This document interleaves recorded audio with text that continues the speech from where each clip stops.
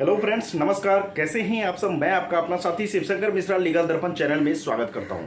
Friends, मैं आज बात करने वाला हूं कि क्या डिग्री होने से ही आपका केस खत्म हो जाता है, डिग्री होने से ही आपको रिलीफ मिल जाती है या नहीं मिलती है।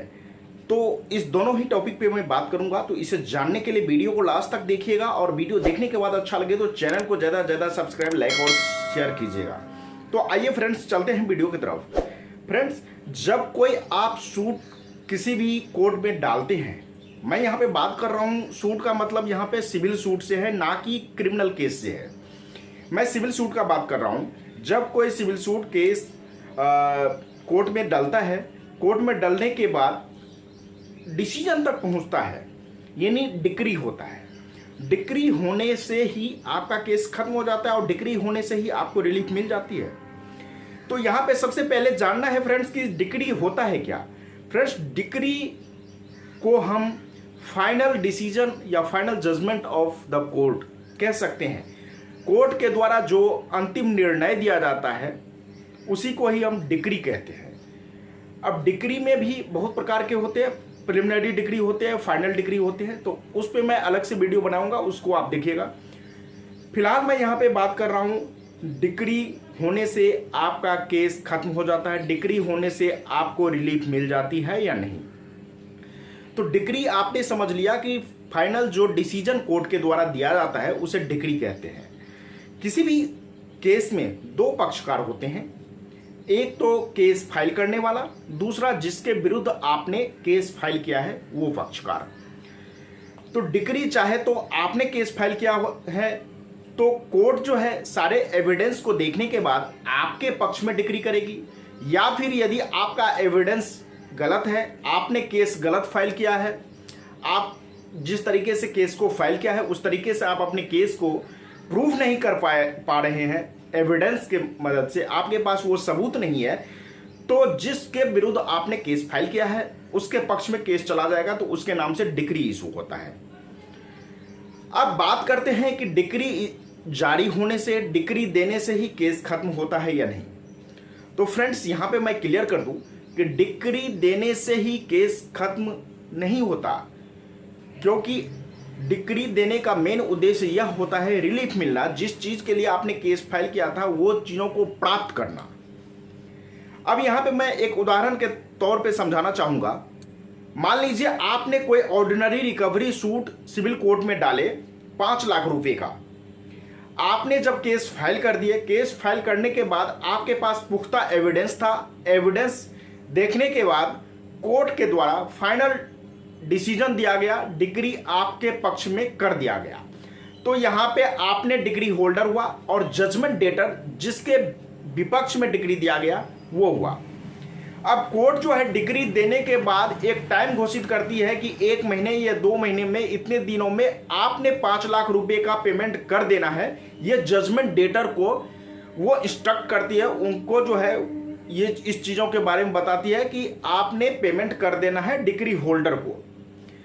मान लीजिए यदि यहाँ पे डिक्री होल्डर को पेमेंट कर देता है जजमेंट डेटर जिसके विपक्ष में डिक्री हुआ है, तब तो केस यहीं पे आपका खत्म हो गया और आप केस जीत गए, आपने डिक्री हासिल कर लिया है।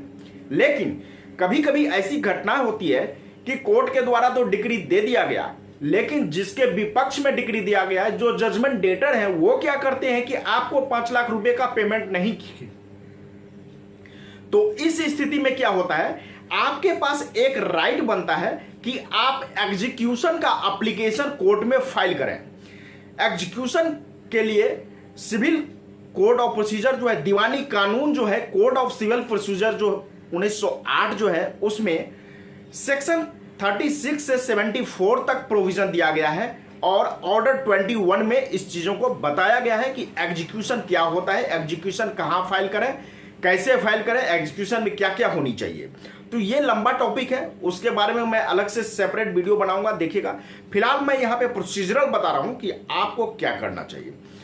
तो 5 लाख रुपया यदि आपको नहीं देता है, जिसके लिए आपके डिक्री पारित किया गया है आपके फेवर में, तो आप क्या कर सकते हैं कि एग्जीक्यूशन का एप्लीकेशन कोर्ट में फाइल कर सकते हैं। एग्जीक्यूशन का एप्लीकेशन फाइल करके कोर्ट के द्वारा एक बैलीफ को अपॉइंट किया जाता है। बैलीफ यानी कोर्ट के ही आदमी होते हैं जिनको अपॉइंट किया जाता है।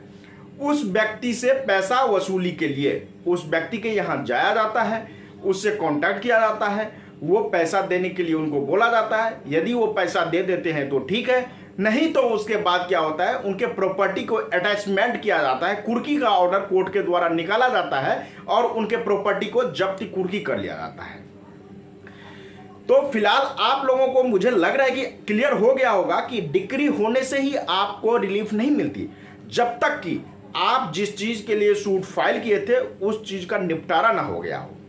डिक्री दे दिया गया, लेकिन यदि जिनके विपक्ष में डिक्री दिया गया, जो जजमेंट डेटर है, जो केस हार गए हैं, वो यदि आपको रिलीफ नहीं प्रदान करते तो फिर वो डिक्री से कुछ नहीं होता, आपको एग्जीक्यूशन फाइल करना पड़ता है। एग्जीक्यूशन फाइल करने का भी लिमिटेशन है फ्रेंड्स, लेकिन ये नेचर ऑफ सूट पे डिपेंड करता है, नेचर ऑफ डिक्रीज पे डिपेंड करता है कि ये डिक्री का नेचर क्या है, उस हिसाब से ही उसका लिमिटेशन होता है।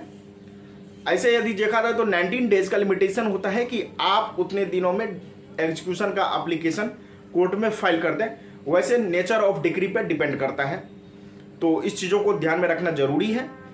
लेकिन यहाँ पे प्रोसीजर जो है, आप डिक्री दे दिया गया, डिक्री देने के बाद ही यदि विपक्षी पार्टी आपको पेमेंट नहीं करता है, जिस चीज़ के लिए आपने सूट फाइल किया था और डिक्री ले लिए, और वो जो केस हार गए हैं विपक्षी पार्टी, वो यदि आपको वो रिलीफ नहीं प्रदान करते हैं, तो पुनः उस रिलीफ को पाने के लिए आप कोर्ट में एग्जीक्यूशन का एप्लीकेशन फाइल कर सकते हैं और अपने रिलीफ को पा सकते हैं। एग्जीक्यूशन का एप्लीकेशन मतलब केस का निपटारा यानी निष्पादन के लिए आप आवेदन कोर्ट में देते हैं और कोर्ट के द्वारा अपने बंदों को अपॉइंट किया जाता है एज ए बैलीफ के तौर पे, और आपके साथ आपका जो भी रिलीफ है उस रिलीफ को प्राप्त करने के लिए उनके द्वारा जिसके विपक्ष में डिक्री हुआ है, जो जजमेंट डेटर है, उनसे उसकी वसूली की जाती है। तो ये सारे प्रोसीजर होता है, तो इन प्रोसीजर के द्वारा आप अपने रिलीफ को पा सकते हैं। तो यहाँ पे यह चीज क्लियर हुआ है कि आप यदि कोर्ट में केस फाइल करते हैं और डिक्री पा लेते हैं, तो डिक्री पाने से ही आपको रिलीफ नहीं मिलती। रिलीफ पाने के लिए यदि आप डिक्री फाइल करने के बाद रिलीफ मिल जाता है विपक्षी पार्टी के द्वारा जिसके अगेंस्ट में डिक्री पारित हुआ है, तब तो ठीक है, अन्यथा आपको एग्जीक्यूशन का एप्लीकेशन फाइल करना चाहिए और एग्जीक्यूशन का एप्लीकेशन फाइल करने से आपको वो रिलीफ दिलाया जाता है। तो आज तक के लिए इतना ही, फिर मिलेंगे नेक्स्ट वीडियो में, तब तक के लिए धन्यवाद।